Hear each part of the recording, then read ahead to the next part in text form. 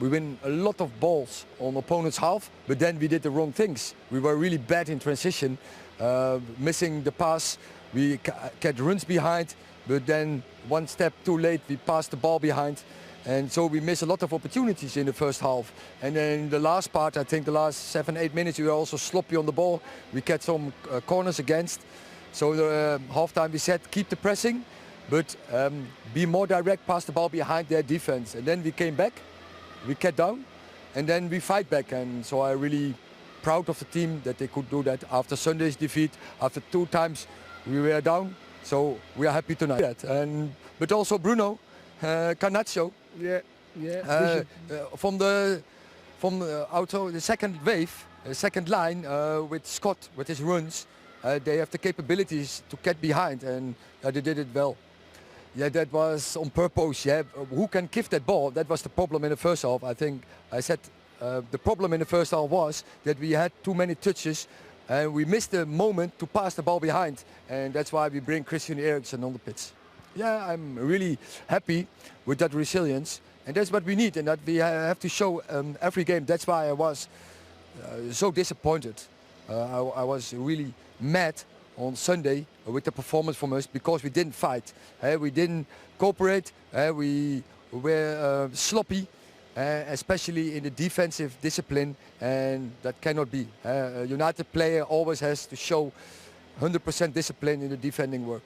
And so what we have to do better, we have to play football in a higher intensity, because that the top teams can do. And I think we make a step in the right direction. But also on the ball, as you said, first half, we can better in control. Find the moments where you can get more composure on the ball to drag an opponent out, and then find the moments where we can speed up. And so I think we are in the right direction, but still a long way to go. Analyse how your first few months has gone? I think that is what we continue to do. Analyse, reflect on our performances. But of course, now you have a little bit more time, and we can go a little bit more deeper in the stuff, and we will do. And we will see where we can improve. We will have a good reflection where we can improve. Definitely. Seeing Manchester United progress to the 4th round of the Carabao Cup, goalless at half-time. I guess no one expected we'd get a 6-goal thriller by the end of it. No, not at all. First half really wasn't good enough, but then second half it changed an awful lot. Got to say as well, Villa took the lead twice, so you then looked at Manchester United, you thought, well, they're going to struggle to win this game, but it turned around for them. Got to say, the Garnaccio, I like that when you bring a young player on the left-hand side. You know, you want the enthusiasm, you want the rawness of a young player running at players. And I'll tell you what, he did really well for himself, and United got into gear and got the job done. Yeah, got the job done. I mean, it got into gear. Both teams got into gear very early on in that second half. I mean, it just blitzed to life, didn't it? Yes, you need that sometimes just to light up the game. It was a great one for Watkins. I thought it was a handball, from Kamara, even though, of course, he didn't do it on purpose, but the run, it's great. The first control, of course, get it in the mood, get it in the run, and the finishing, left-footed is exquisite as well, just above the goalkeeper. But look at Maguire. He should have analyzed maybe a little better situation. The dangerous man is on the outside, but that's the handball. Handball for you? That's a handball for me. Yeah. No VAR. Of course, in the Carabao Cup. The only thing with that, right, is so Martial and Fred comes near him, yeah, and they get caught up, and all of a sudden it goes off his foot and handball. Fred's going to the World Cup, international player. He stands and argues. You react straight away. Look, react. Doesn't straight away once you don't react. The way they move it quickly, wonderful first touch, and it's in the back of the net. He made the mistake, and then all of a sudden he's looking at the referee to try and get out. You get a lot of these players that get caught out. They either throw themselves to the floor or they appeal to the referee. You don't do that. If you made a mistake, you get on with the game until the whistle goes. He made the mistake. He's come near Martial. He's come too close to him. They've got caught up, and it's come off him. So he gets rewarded by getting a foul for it. I don't think so, mate. To answer the question, was that a handball though? It was handball. It was no.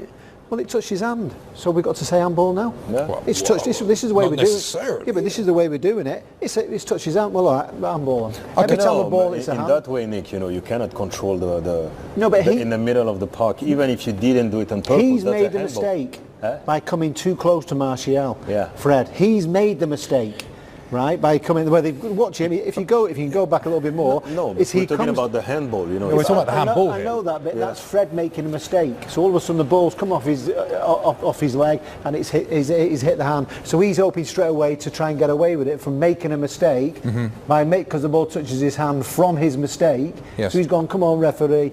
He's made the mistake. So you don't get rewarded for making a mistake. So handball. I wouldn't have given it, no. No? No, I wouldn't have given it. No. Oh, you wouldn't have given it? No, Oh, okay. only because he's made a mistake. Yeah, look at it. Look at when he gets close to Martial. Keep your eye on that situation, right? And then all of a sudden the mistake after that. Well, Man United weren't behind for long. I mean, this was awful defending, by the way, from Villa, wasn't it? It was just yeah. straightforward pass. And they were back into the game. There's nothing to it, just a ball down the line. But it's just, in that case, when you have a high line like that, look at there's how no pressure on the ball.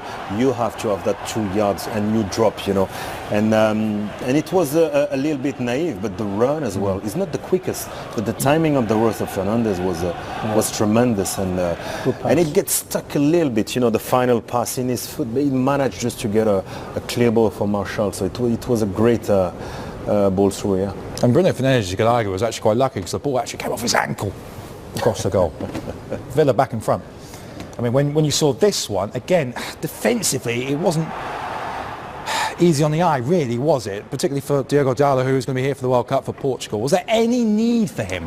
But first of all, excuse me, Aaron, you cannot, drive the ball 50 yards, look, and arrive not even on the last third, into the box.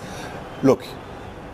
And of course, you're going to have a great ball and you're going to be in danger. So they should have stopped that way earlier. I think Mike Tomino or whatever, should have covered much earlier. The pressing should have been more aggressive. So, of course, they're professional footballer. You will have that kind of ball, yeah? So are you expecting a shout from your goalkeeper there, then? From the goalkeeper? If you are Darlow in that position there, are you expecting a shout from your goalkeeper when that ball has been whipped in and headed across goal? What do you mean? You think the goalkeeper should have intervened? Maybe. No. It's way into the. We need to see that back, but here it is. I don't think he could. Dalot was a little bit sloppy. He's got time. He can see the ball coming. He's a bit slow. Look, he's flat-footed. Yeah. You've got to anticipate. You've got to be thinking, well, hang on. This is Didier's totally right here. How's he got the space? What he's got, and he puts a delightful ball in. What asks a question? But that's when you come alive, and he's flat-footed, and he can't move his body. He should have cleared that, just kicked it away anywhere. But he's not expecting it. You say flat-footed. I mean, is it really a case of actually not concentrating enough? Exactly, not concentrated. Yes, yeah. Exactly. It was that kind of game. Yeah. That kind of game, maybe because he's a young player, Dalot. He will go to the World Cup with a. Yes, with Portugal. But you sense the danger. You know he's already in the box. He's going to whip it in the second. The only way he just want to get the ball back. Past De Gea. You have to be ready, and he's a technical player as well for a right back. So if you focus just a little bit, he could have cleared it really easily. Yeah. 2-2 then. Rashford getting amongst the goals. I mean, he was close earlier on where he hit the post. But any sympathy for Mings here? I mean, he slipped at the wrong time. Yeah, he could have reacted. He could have made it a lot more difficult for him. But having said that, this boy should be full of confidence because he's in the squad coming to the World Cup. And I thought it's great that he stays on his feet and he manages to put it away. But look at Mings there. As soon as the ball drops down, anything around your box, your defenders, you want more of a reaction. But having said that, well done by Rashford, staying on his feet and manages to put it away. But they could have done better, could have defended better. The manager would have learnt a lot from Villa from the game at the weekend. Great result, and all of a sudden he's just started to find out a little bit about his team. Mings came on, didn't do very well. His experience, I don't know if he's a little bit down because he's not made the squad really, but he was down, and a few of the players just seemed to lose it a little bit. He seemed to throw the towel in for me. Yeah, and then you notice with Mings and particularly with Callum Chambers, I mean, there was this level of disconnect between the two centre-backs. I mean, defensively, they weren't comfortable tonight, were they? Really at all. I mean, Olsen, what's he doing? First off, that's part one really, and then of course Mings with that wicked deflection. Yeah, I saw that Olsen had a really clear option on his left, really easy, there's no pressure. Instead of that, just put it in the middle of the park. So the pressing was much better for Man United. Was high up on the pitch, with Fernandes going in the middle and Eriksen as well. Every time that boy is on the pitch, it's like the light is coming for United. Look his run, of Rashford on the third goal. So. Yeah, that's a clear mistake. It can happen, but once you want to play out from the back, you have to be more aware. Of course, it's not easy for goalkeeper as well. It's once you don't have the first touch, sometimes you can be in trouble, and that's your coach, who asks you to do that. So it's not easy for them, Good finisher for though, wasn't it, for Man United? Scott McTominay. Yeah, no, great, fantastic by the way, and what a ball as well from Gramaccio. He makes this finish look very easy.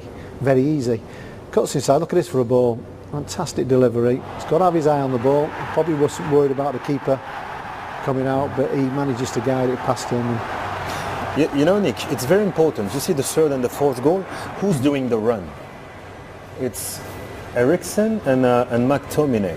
So sometimes you need those midfielder advance or holding sometimes just to break the line. It's almost by their runs. Yeah. It's almost as if Eriksen's introduction basically gave Manchester United a lift, something that you predicted at half time. Yes, because you need a bit more technicality in the middle of the park for United. So by having Fernandes in the midfield, in the middle of the park, and then Eriksen, then you have a better connection straight away, and you can feed Rashford, you can feed the other. Yeah. All of a sudden the team is more confident. You can rotate. Midfielder who can rotate in the modern game are really, really important now. There's so much organized the team. There's so much prepared physically. It's like having a numerical superiority all of a sudden. When they get past their opponent. So it's really important. So Eriksen was again important. In the two games that we've seen Unai Emery and Aston Villa, have we noticed a difference, a change from that of under Steven Gerrard?